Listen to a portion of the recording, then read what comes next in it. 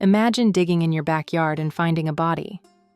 Now imagine that body is your neighbor, your friend, someone you saw every week. That's what happened in Carrollwood, Florida, in 2021. Karen Pace, 66 years old, buried a foot underground in her own yard. Shot, wrapped in bags, hidden. And the person who put her there? The same person who was living in her house rent-free. Her own sister, Deborah Patton. Girl, family will really do you like that. In every home, behind every closed door, there's a story waiting to be uncovered. Welcome to Dark Whispers, where we dive deep into the hidden truths of domestic crime and the relationships that turn deadly. If you're drawn to real stories, powerful insights, and the shadows most people avoid, you're in the right place. Subscribe now and step into the whispers they never wanted you to hear. Karen Pace wasn't the type to turn her back on people, especially not family. Friends described her as someone with a heart bigger than most, the kind of woman who'd give you the shirt off her back if you needed it. And when her older sister Deborah needed somewhere to stay, Karen didn't hesitate. Deborah Patton was 72 years old, and according to everyone who knew the situation, she had nowhere else to go. No other family willing to take her in. No money for rent. Nothing. So Karen opened her doors. Let Deborah move into her Carrollwood home. Cost-free. No rent. No utilities. Just sisters helping sisters, right? That's what family does. But let me tell you something. Not everybody deserves your kindness. Kathy and Joel Wincope had been Karen's friends for years. Lifelong friends. The kind who know you better than you know yourself sometimes. And they watched this whole situation play out. They saw how Karen would brush off their concerns about Deborah. Saw how she'd defend her sister every single time someone questioned whether letting Deborah live there was really a good idea. Karen had such a great heart, Kathy would later say. She would say, "No, she's my sister. I love her. She's got no one else to turn to. No other family. I have to take care of her." That right there? That's loyalty. That's the kind of love that makes you open your home to someone, even when other people are telling you to be careful. Even when you probably should have been asking more questions. But here's the thing that still gives people chills to this day. Karen wasn't naive. She wasn't walking around blind to what could happen. In fact, she told her friends something that would turn out to be the most chilling prediction anyone could make. Karen told us, all of us, on many times, if I end up missing or something happens to me, Deborah did it. Read that again. Karen Pace looked her friends in the eye and said if anything happened to her, her own sister would be the one responsible. She said it multiple times. Not once, not twice. Many times. Like she knew something the rest of us didn't. Like she could feel it coming but couldn't bring herself to kick Deborah out. Maybe she thought saying it out loud would protect her somehow. Maybe she figured if people knew, Deborah wouldn't dare try anything. Or maybe Karen just loved her sister too much to believe it would actually happen, even though some part of her knew it could. We'll never know what was going through Karen's mind. But those words? They stuck with Kathy and Joel. They stuck with everyone who heard them. Now, prosecutors never nailed down exactly what pushed Deborah over the edge. There was no clear-cut motive laid out in court, no documented fight, no smoking gun reason that made it all make sense. But Karen's friends had their theories. And honestly, the theory writes itself.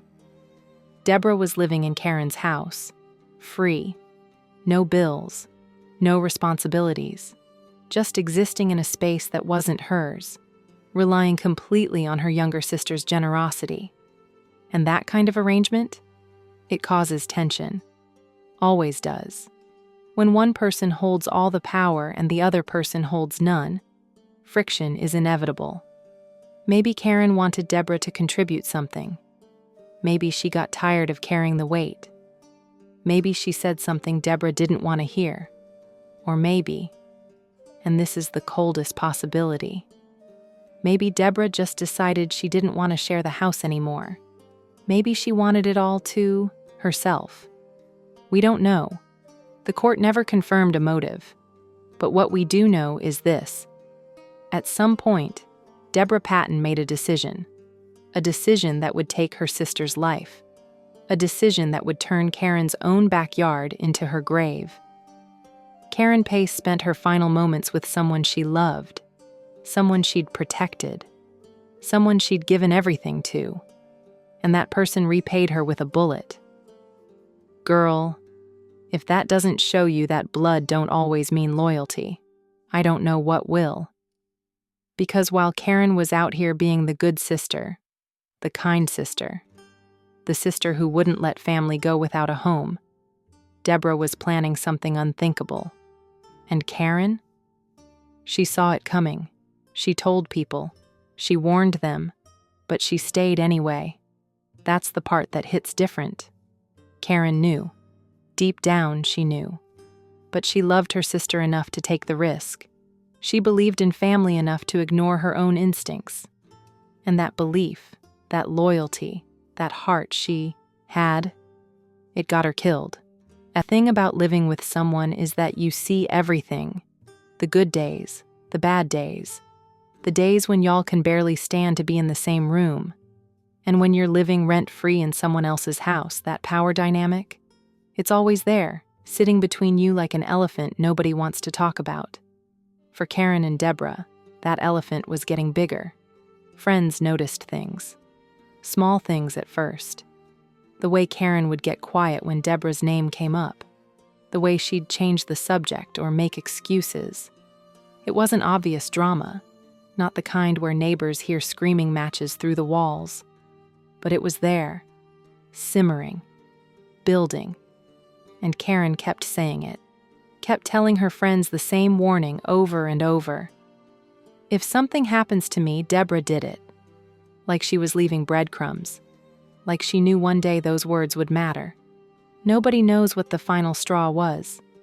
Nobody knows if there was a fight that day, or if Deborah just woke up and decided today was the day. What we do know is that at some point, Deborah Patton got a gun, and she made a choice that there was no coming back from. Karen Pace was shot through the chest. One bullet, center mass.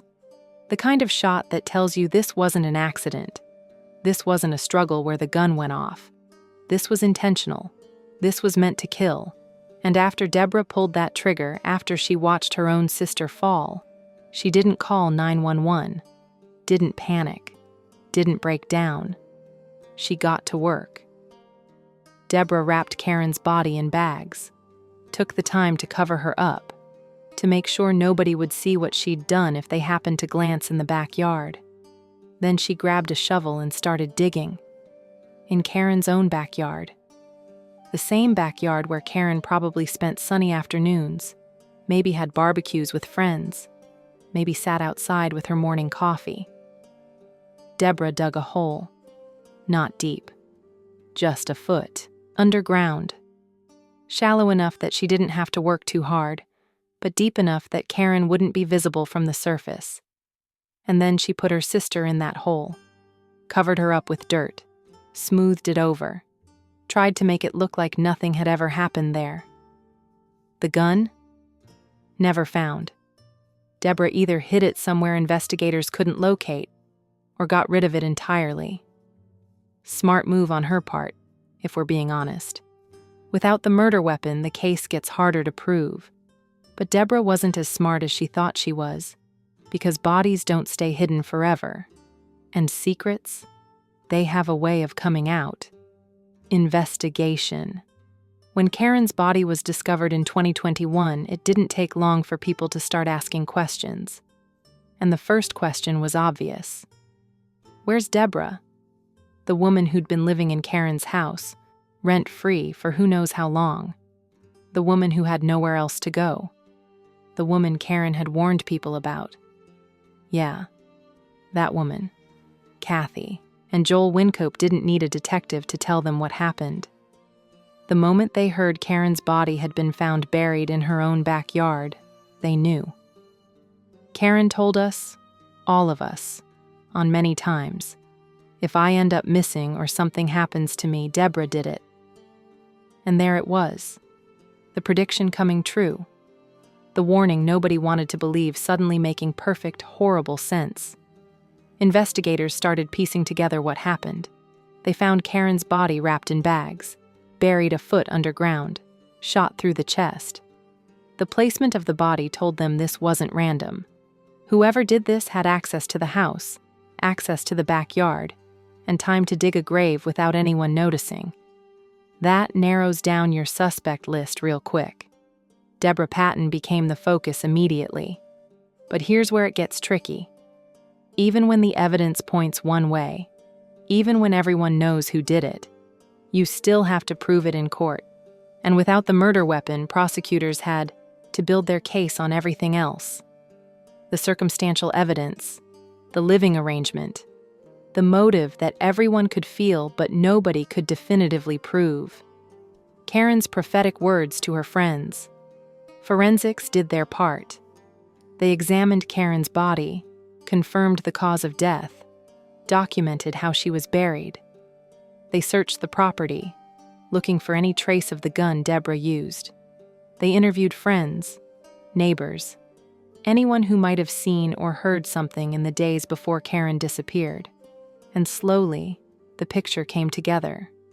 Karen Pace, a woman known for her kindness and generosity, killed by the very person she'd been trying to help, shot in her own home, buried in her own backyard, by her own sister. The evidence might have been circumstantial in some ways, but it painted a clear picture. Deborah had motive. Even if it was never officially confirmed, that free-living situation created tension. Deborah had means. She had access to a gun, even if investigators never recovered it. And Deborah had opportunity. She lived in the house, had unrestricted access to Karen, and could have committed the murder without anyone being the wiser.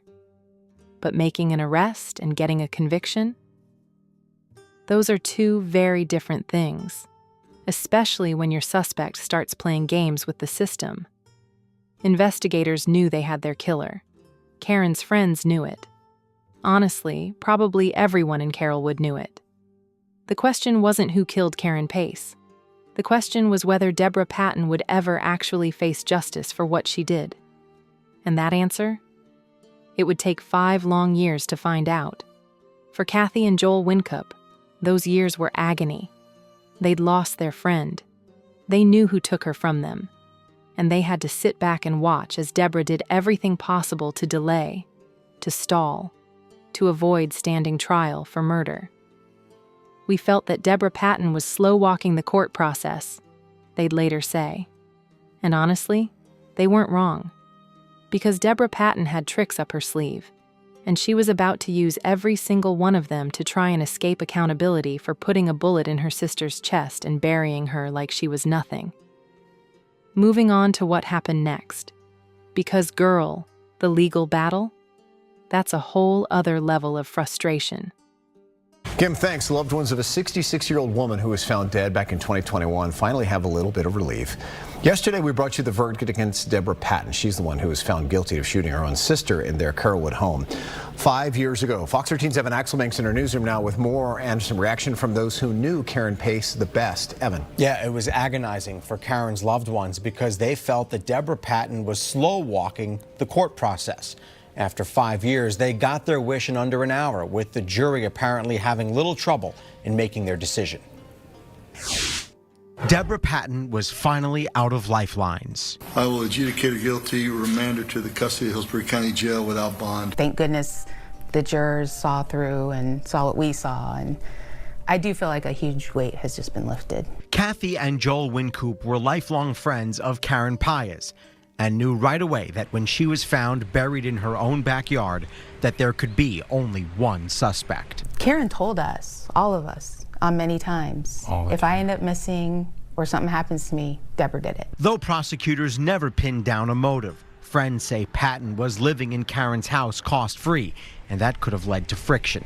Though deputies never found Patton's gun, Karen was found a foot underground, wrapped in bags and shot through the chest. Karen had such a great heart. She would say, no, she's my sister. I love her. She's got no one else to turn to, no other family. I have to take care of her. Yeah, and that's how she got repaid. And that's how she got repaid. The verdict ends a 5-year saga. Patton spent 2 of those years at a mental hospital because a doctor found her incompetent to stand trial. Once she was deemed competent, she also insisted that she be given new attorneys. The things that I've asked her to do, she's unwilling to do. The judge declined that. She's a professional among professionals, and I have complete confidence in her representation. For Karen's friends, the verdict is a chance to let go of the stress they felt since the moment Karen's body was found. Would the only suspect ever pay a price? I had a lot of anger towards her. I still probably do, but it doesn't feel as bad now because I know she's where she's going to be. I don't have to worry about her getting out, you know. On the second-degree murder charge, Patton faces 25 years to life. Now that she's 72 years old, it is likely she's never going to get out, even if she gets the minimum sentence. Sentencing is going to be on February 16th, so we'll find out then, Mark. All right, Evan Exel, Bank Our Newsroom. Evan, thanks much. Deborah Patton was arrested for the murder of her sister, Karen Pace. But getting her into a courtroom? That became a 5-year marathon that tested everyone's patience. First, Deborah claimed she was incompetent to stand trial. And listen, mental health is real, and competency evaluations exist for a reason.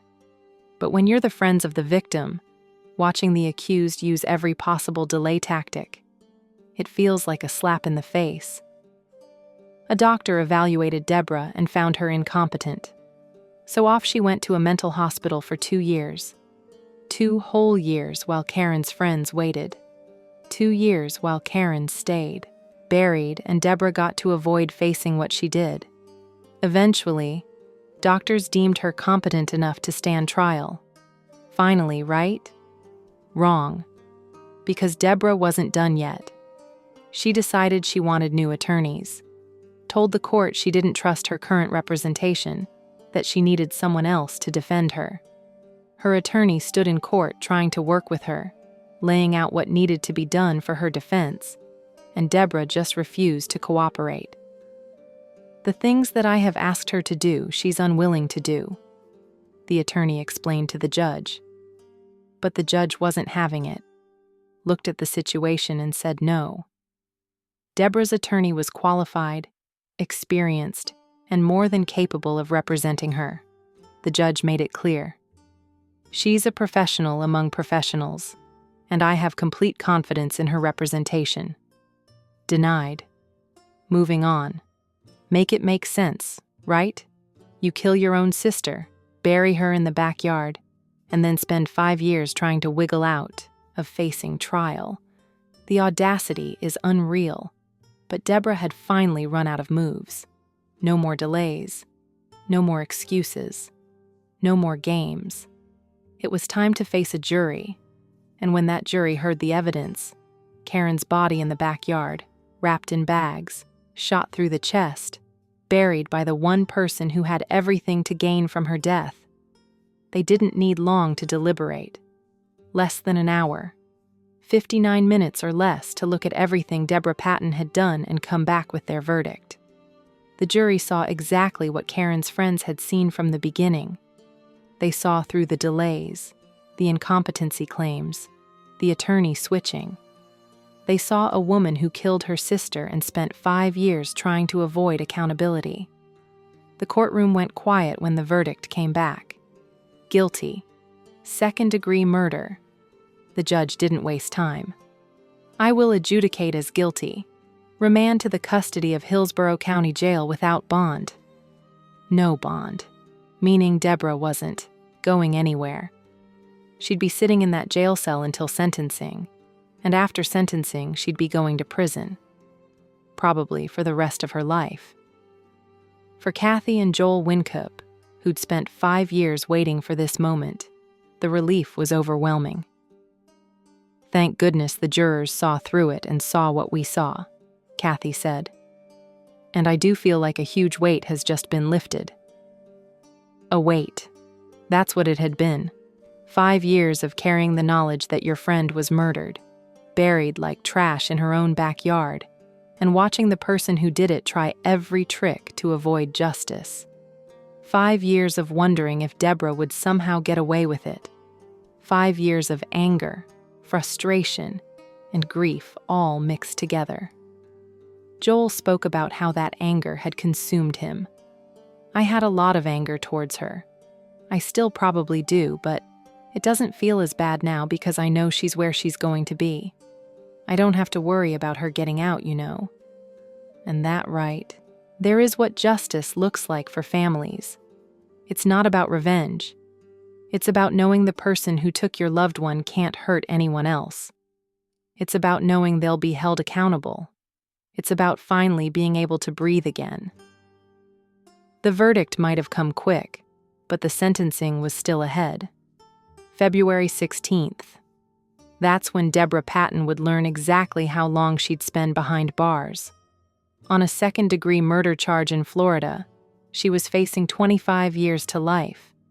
And at 72 years old, even if she got the minimum sentence, she'd be 97 before she'd even be eligible for release. Realistically, Deborah Patton is never getting out. She'll die in prison, just like Karen died in that backyard. Period. The trial had lasted 5 years, but the jury needed less than an hour. That tells you everything you need to know about how clear this case was. The evidence spoke for itself. Karen's prophetic words to her friends spoke for themselves. The body in the backyard spoke for itself. Deborah Patton could run from the truth for 5 years, but she couldn't hide from it forever. Karen Pace's story is a reminder that sometimes the people closest to you are the ones who hurt you the most. She opened her home to her sister, gave her a place to live when she had nowhere else to go, asked for nothing in return except maybe some basic respect and appreciation. And Deborah repaid that kindness with a bullet. But here's what I want you to remember about this case. Karen knew. She told people. She warned her friends over and over again that if something happened to her, Deborah did it. And she was right. The question is, why did she stay? Why did she let Deborah keep living there when she knew, deep down, that her sister was dangerous? The answer is the same reason a lot of people stay in harmful situations. Love, loyalty, the belief that family is supposed to take care of family. Karen saw her sister as someone who needed help, and she couldn't turn her back on that, even when it cost her everything. For Kathy and Joel, the verdict brought some peace, but it'll never bring Karen back. Nothing will. They'll never get to sit with their friend again, laugh with her again, hear her voice again. All they have now is the knowledge that the person who took her from them will spend the rest of her life paying for it. And maybe that's enough. Maybe that has to be enough. Because at the end of the day, Deborah Patton is exactly where she belongs. Behind bars. Without bond. Without freedom. Without the sister she killed for reasons we'll probably never fully understand. Karen Pace deserved better. She deserved a sister who appreciated her kindness instead of exploiting it. She deserved to grow old in the home she worked for, not be buried underneath it. She deserved justice, and finally, after 5 long years, she got it.